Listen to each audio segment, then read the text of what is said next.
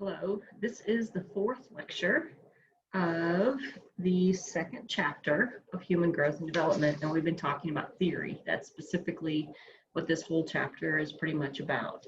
The last theory, actually it looks like we've only covered one, is psychoanalytical theory or Freud's theory.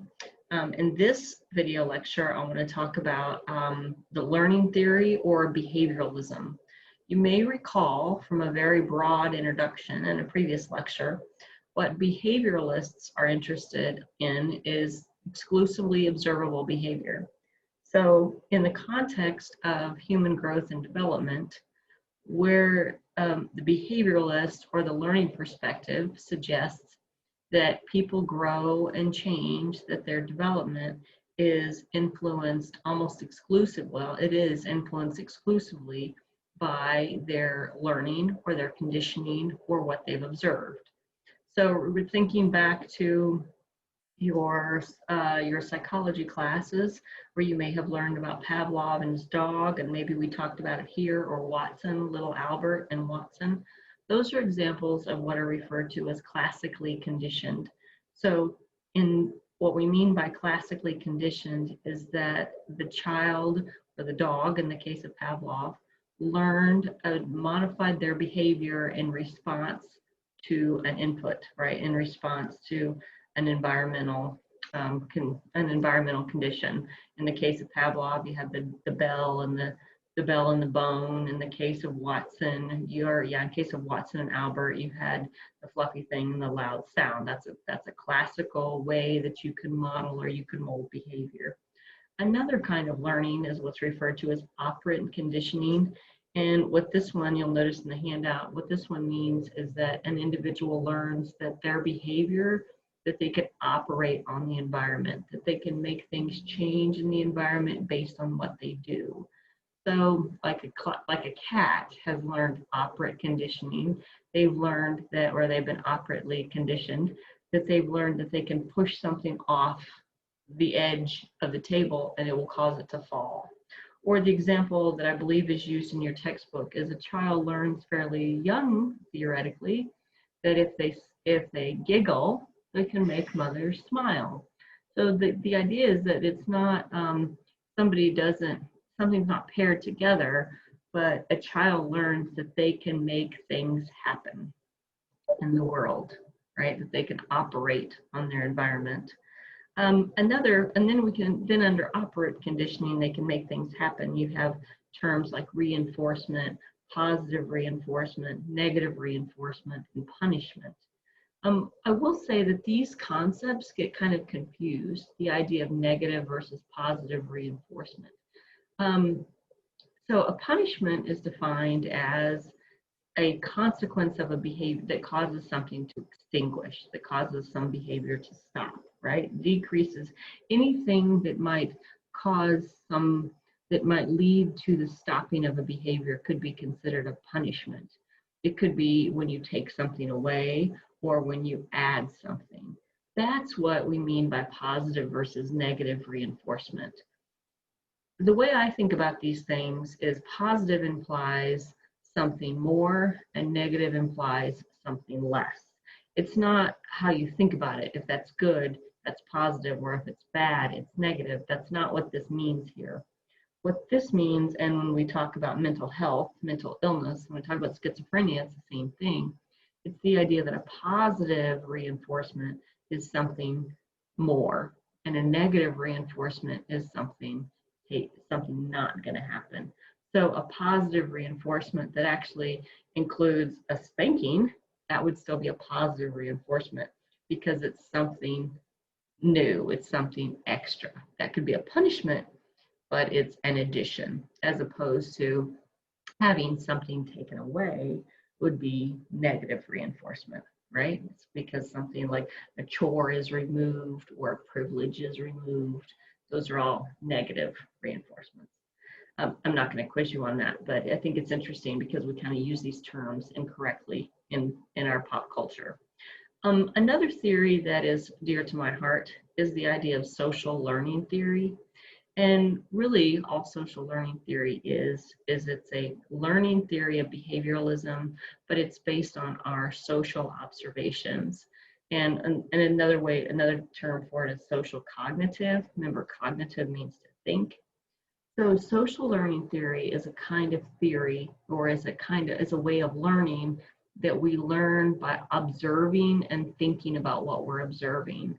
So you watch, in the 6th grade, for instance, you watch the guy across the room get in trouble and have to sit in the corner, and you think through the social interaction, you think, oh, I see what happens to him if you act like that, so I'm not going to act like that. That's all social learning theory says, is that we think about what we're observing.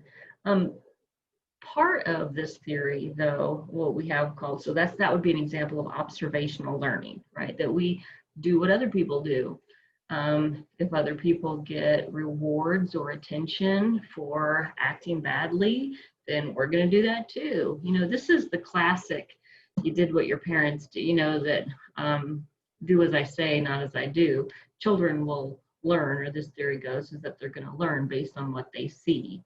So if they see their parents hitting each other when they're angry, well, then they go to preschool and they hit the other children because they learned it at home, right? It's social learning theory, it's behavioralism theory.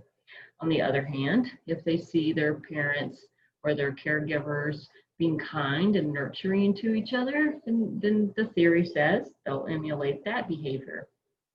Reciprocal determination theory, take that word apart, you have reciprocal, meaning things are reciprocity, reciprocate, this happens, which causes this to happen. Determination theory says is that what I do determines what's going to happen.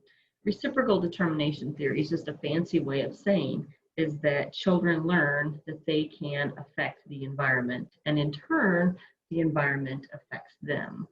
This is the idea that if you go to work and you work hard, well, it's not a best example, but if you go to work and you work hard, then you will be rewarded, right? Or if you poke the person sitting next to you, and the person then may turn around and poke you. But it's the notion that, and it's a way of learning about the way the world works, but it's a way of learning about the way the world works, and that what I do affects the world, and then in turn, the world may modify itself and affect me, right? We don't live in a vacuum. The world doesn't just, this theory says, the world doesn't just affect me, but I affect it. My favorite personal example of this is that if I go to work with a smile on my face, or if I go out in the world with a smile on my face, theoretically, according to this, people are going to smile at me, and I'm going to feel good about myself because my smile caused them to smile and back at me. So sorry. I think you know. I hope you know what I'm talking about. And then another important term that comes out of this learning theory is self-efficacy. And I'll ask you this question, what does self-efficacy mean? Because we'll also see that when we start talking about as children grow up, as they come of age, learning self-efficacy becomes critical to their overall well-being. But self-efficacy, if you take it apart, it means to affect. So or looks like the word affect. The idea is that the self can affect the environment. And children learn, developing standards of behavior, right? Children learn that that their behavior matters. That's what this says. Not only their behavior in terms of following the rules, but they can make things happen in the world, and they can have some control over their world. And when anyone doesn't have that sense of self-efficacy, they may just give up if they don't learn that what they do has implications. It affects others. And that's what self-efficacy is. And so in this idea, the reason it says developing standards of behavior, the idea is that through modeling, through socialization, a child might learn that when they follow the expected standards of behavior, they get a certain amount of social rewards. They get what's expected.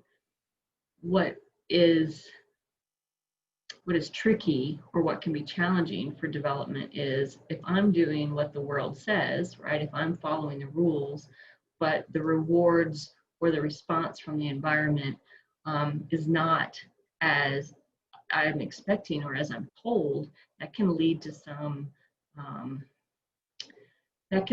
confusion and some difficulties moving forward.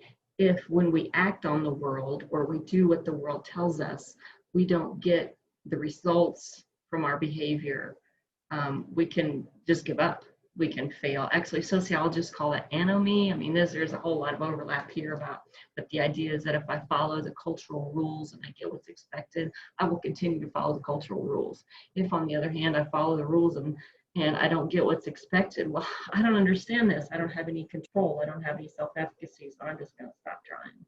Or at least I'm not going to follow your rules. Okay, I digress. So I'm going to stop here with the learning theory perspective. And in the next one, I'm going to talk about cognitive theory.